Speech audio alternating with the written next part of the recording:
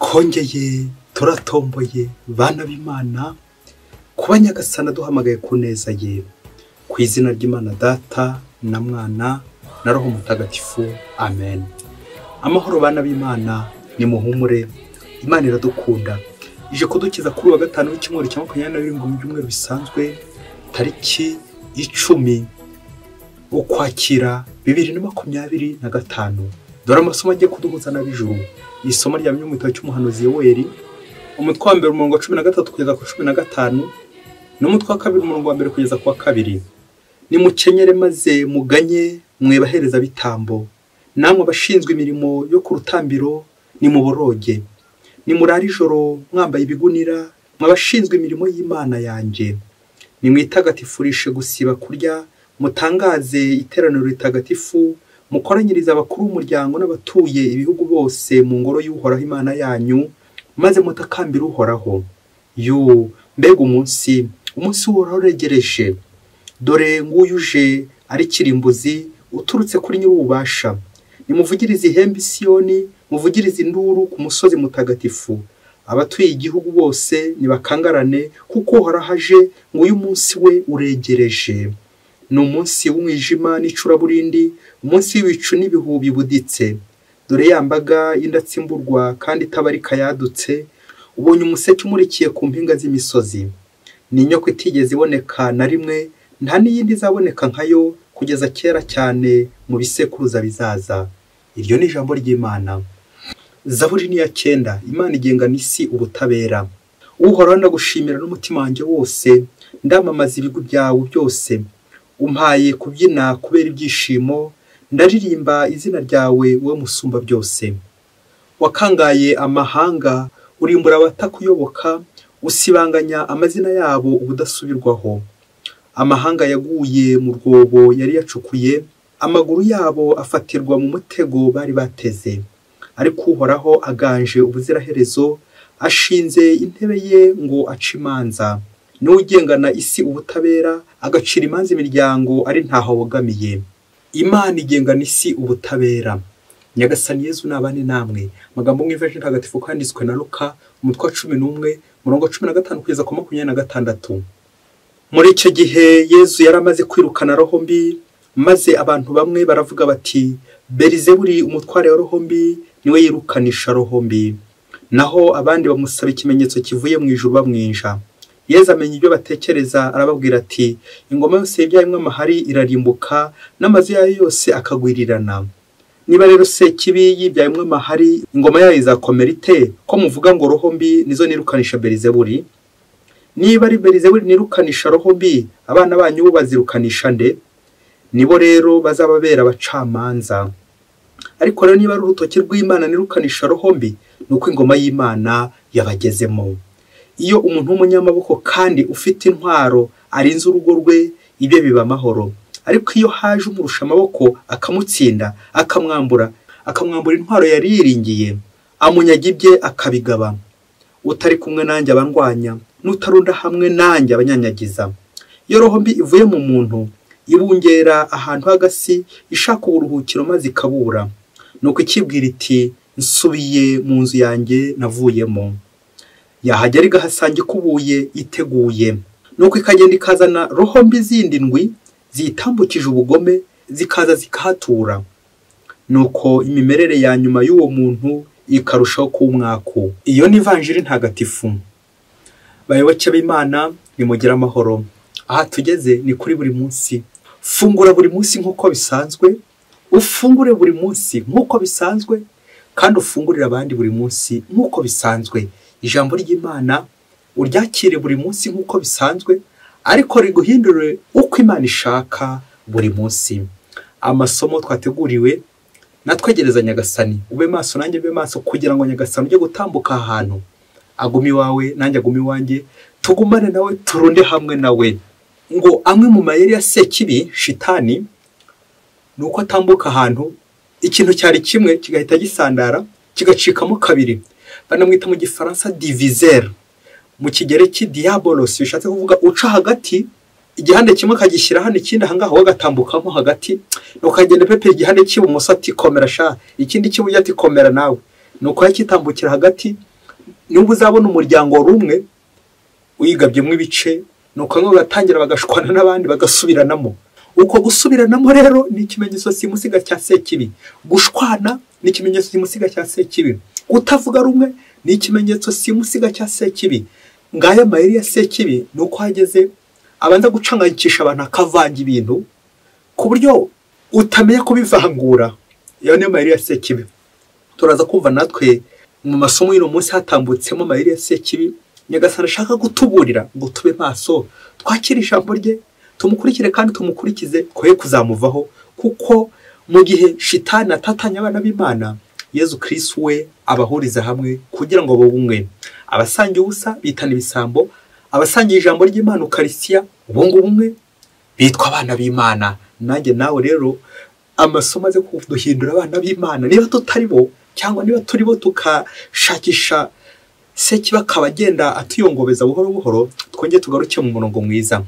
Isomo ry'umunsi rero riraza gutubuza icyaha cyo gusebanya, icyaha cyo kuvuga abandi nabi, icyaha cyo guharabika abandi. Kuko akenshi mu buzima bwacu tuberwa no kuvuga abandi nabi, ukumva ari byo bituryoheye ku rurimi, ukumva biryoshye cyane. Yavuga igira iti agaha kari ku wundi karahandurika.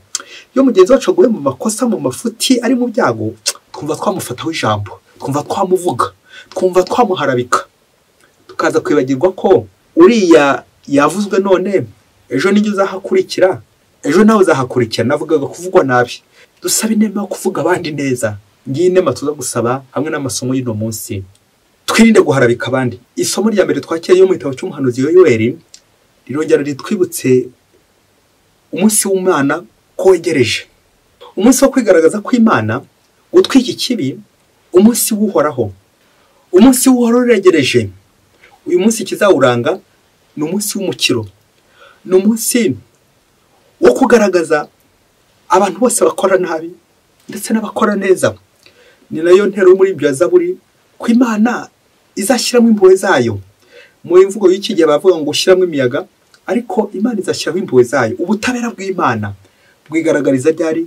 Cyagihe akarengane kaje, cyagihe abantu batangiye gushwana, cyagihe se kibatangiye gushyiramo ake kaguru n'ake karenge byose bitabuze, nuko ubutabera bw'Imana bukigaragaza. Cyagihe bazaba bakubeshye, cyagihe uzaba uri gutotezwa ntawe kuvugira, nuko Imana ikagira icya igatambutsa ubutabera bwayo. Ngo umunsi w'Imana igihe uzagera, Imana igengana isi ubutabera. Amen, amen, amen.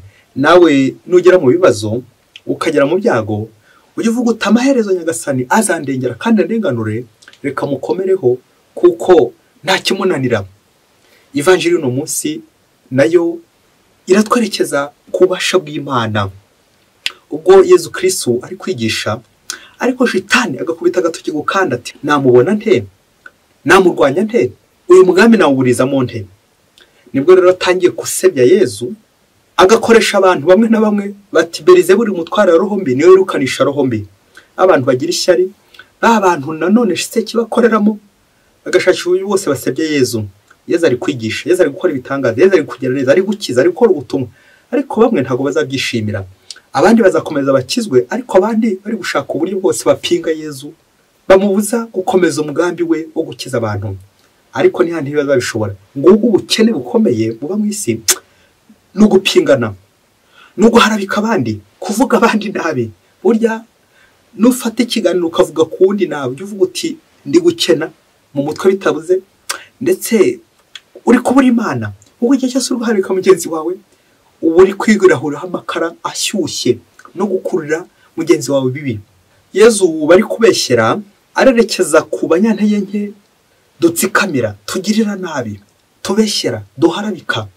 Ariko igihe cyagera kuko batazi kwivugira, umunsi w'Imana ikazabavugira, kuko twebwe abanyamoko tubavuguruza. Iyo uvuguruje umukene uri kuvuguruza Imana, amaherezo Nyagasani azamutabara murengere. Ngaho uko natwe tujye twitonda, turi hano ku isi, ariko hari igihe dukora umurimo wa sekibi wo kuvuguruza Imana, wo gutuka Imana, aho twabakoze umurimo wo gutaka Imana, kuko aricyo twaremewe. Uza gukora umwitozo woroheje, urebe uburyo wicara mu nteko z'abaneguranye, urebe uburyo wicara ugutonda abantu, uri kuvuga abandi nabi, ubangikiwe n'umunwa muremure wo kubasebya. Ibyo biraza kuguha ishusho y'uburyo nyine uryoherwa no gutuka Imana aho kuyitaka. Kwa tugambo turyohereye kwa sekibi, amagambo y'ibishenzi, bitutsi, guharabika abandi, gusebya abandi, ibyo byose ni imvugo za sekibi. Ibyo byose ni imigire ya sekibi. Wasanga nawe ari ikubangukira gusebya abandi, gucamwa abandi bice n'ibindi byinshi cyane byo kwa sekibi, akabyo wadukanye. Yesu n'umunsi nawe araguha inama yo kunga ubumwe nawe, utarunda hamwe nawe abanyanyagiza. Nguko Yesu ari gusobanura abamukurikiye imyitwarire ya sekibi, uko ayongobeza abana b'Imana, imikorere ye, uko sekibi akoze n'uko akora. Ibyo byose abantu bagombye kubimenya. Yesu ari kubidusobanurira ukuntu rombi icanga yikisha abantu, igacenga abantu, ukuntu igenda ikagenda izanira izindi roho mbi nyinshi cyane, bigatura muri ya nzu. Nawe wongere urebe niba inzu yawe ikuburiwe kwakira roho mutagatifu cyangwa ikuburiwe kwakira sekibi n'abambari bayo. Kuri no si hari abantu benshi cyane bahanzweho na sekibi, za mvugo zawe mbi zo guharabika abandi. Ubwo n'uburyo sekibi yinjiramo, bya bitekerezo byawe bibi bidaturutse ku Mana, bitanya abana b'Imana, nawe ubwawe bikagutatanya. Ubwo n'ubukozi bwa sekibi. Uwo ni sekibi uri kuza. Za mvugo mbi zo guharabika abandi, zo kuvuga abandi nabi, uwo ni sekibi uri gutambuka iwawe. Ya mikorere mibi, ingeso mbi nyinshi, ubusinzi, ubusambo, ubusambanyi, uburaya, ukubeshya, guharabika abandi, kwica mu nteko y'abanyaguranye, gusebya abandi, ibyo byose ni imigire ya sekibi. Nanjye nawe twongere tureba akarimi kacu niba katazakudukururira kabureta. Tureba akarimi kacu niba arako kurata Imana cyangwa arako gutuka Imana. Tugeze he dusebya abandi? Tugeze he tugira abandi neza? Mugenzi wawe umuhesha agaciro? Uwo mubana? Nyagasana arifuza ko twamuvugira aho kumuvuguruza. Twongere turebe ibitekerezo byacu, imvugo zacu n'ingero zacu, ubuhamya bw'ubuzima bwacu. Ese tuvugira Imana cyangwa turayivuguruza? Umunsi umwe hirya kure cyane muri Afurika, ngo abakobwa babiri biganaga mu ishuri rimwe, ari inshuti z'akadasohoka, inshuti magara, ariko ntago banganaga mu gihagararo. Hari harimo umukuru ndetse n'umutoya, baza no kurangiriza rimwe.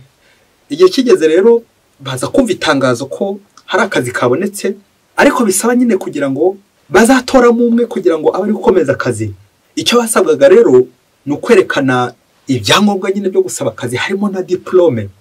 Nuko bakaza bagakora n'ikizamini cy'akazi, ubundi utsinze akaba ari wegukana akazi, akazajya yembwa bishimishije.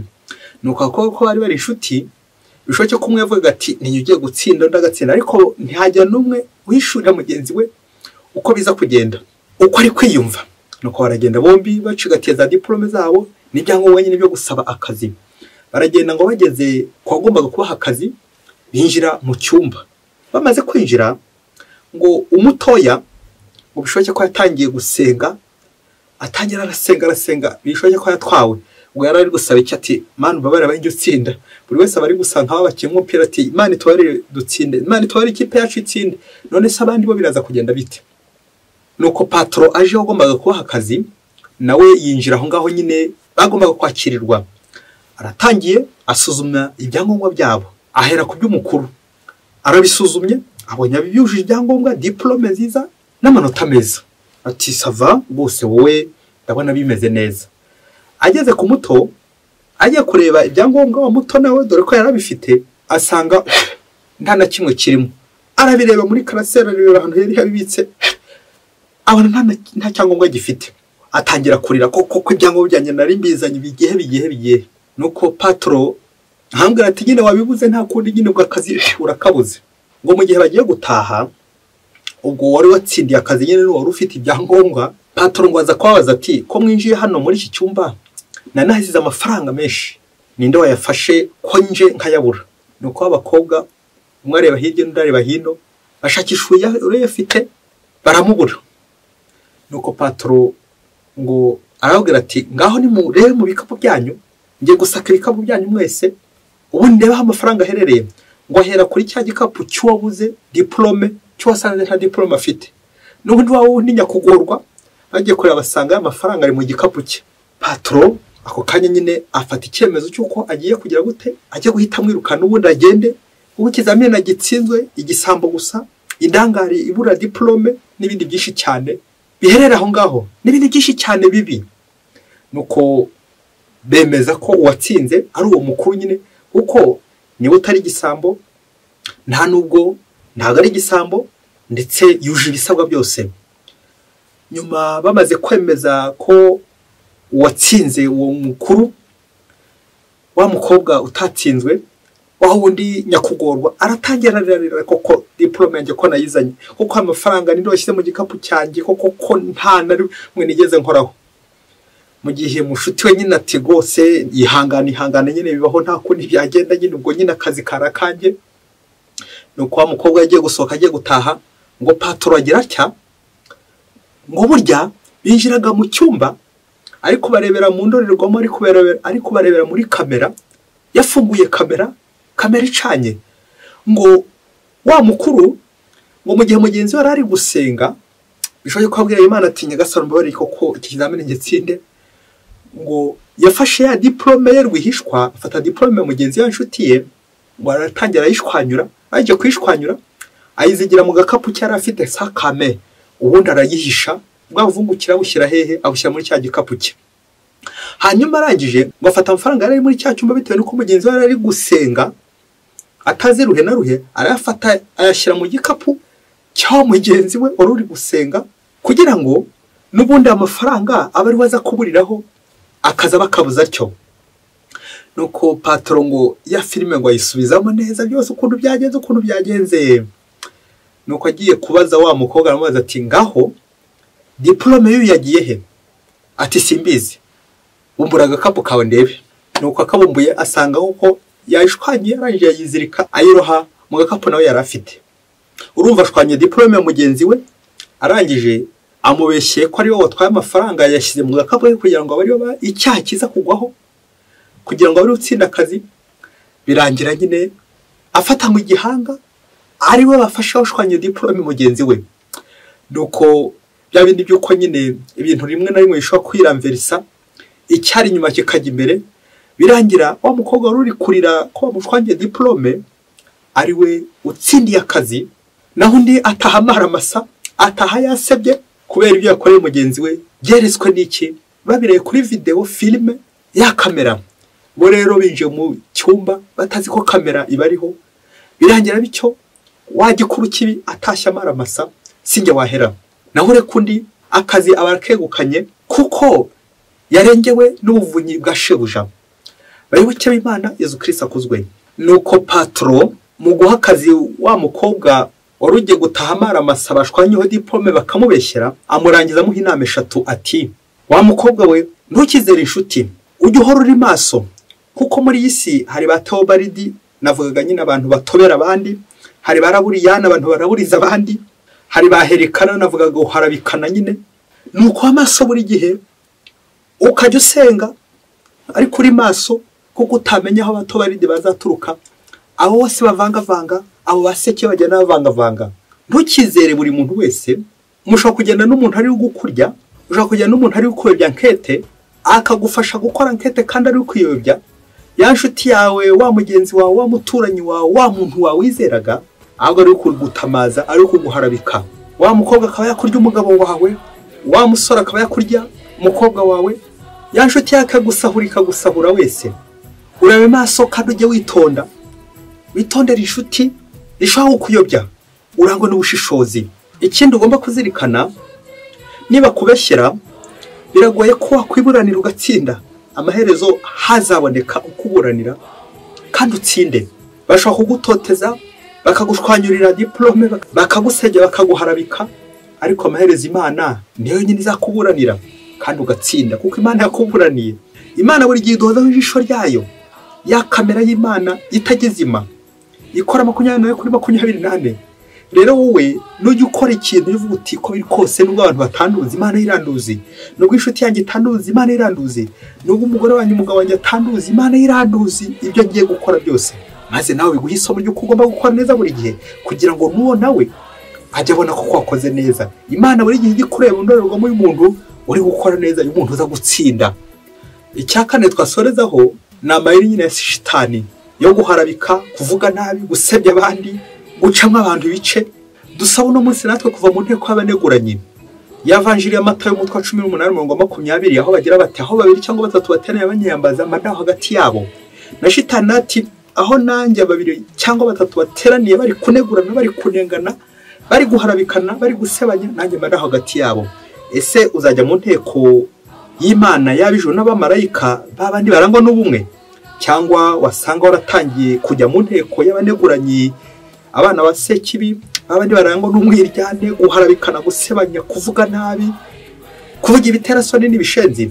Hitamo rero nawe uruhande uherereyeho kugira ngo Nyagasani udushikaza kuba umwe, nawe wajya asanga koko wunze ubumwe nawe, ugendana nawe, urunda hamwe nawe, bityo ubuzima bwawe bwerekeye Nyagasani buri munsi. Dore ko amaherezo ukuri kuzatsinda. Ukuri ninde? Ukuri ni Yezu Kristo, we nzira, ukuri n'ubugingo. Mwese Imana ibahe umugisha. Imana Data na Mwana na Roho Mutagatifu. Amen. Padiri Masumuko Ladislas wa Diyosezi ya Cyangugu.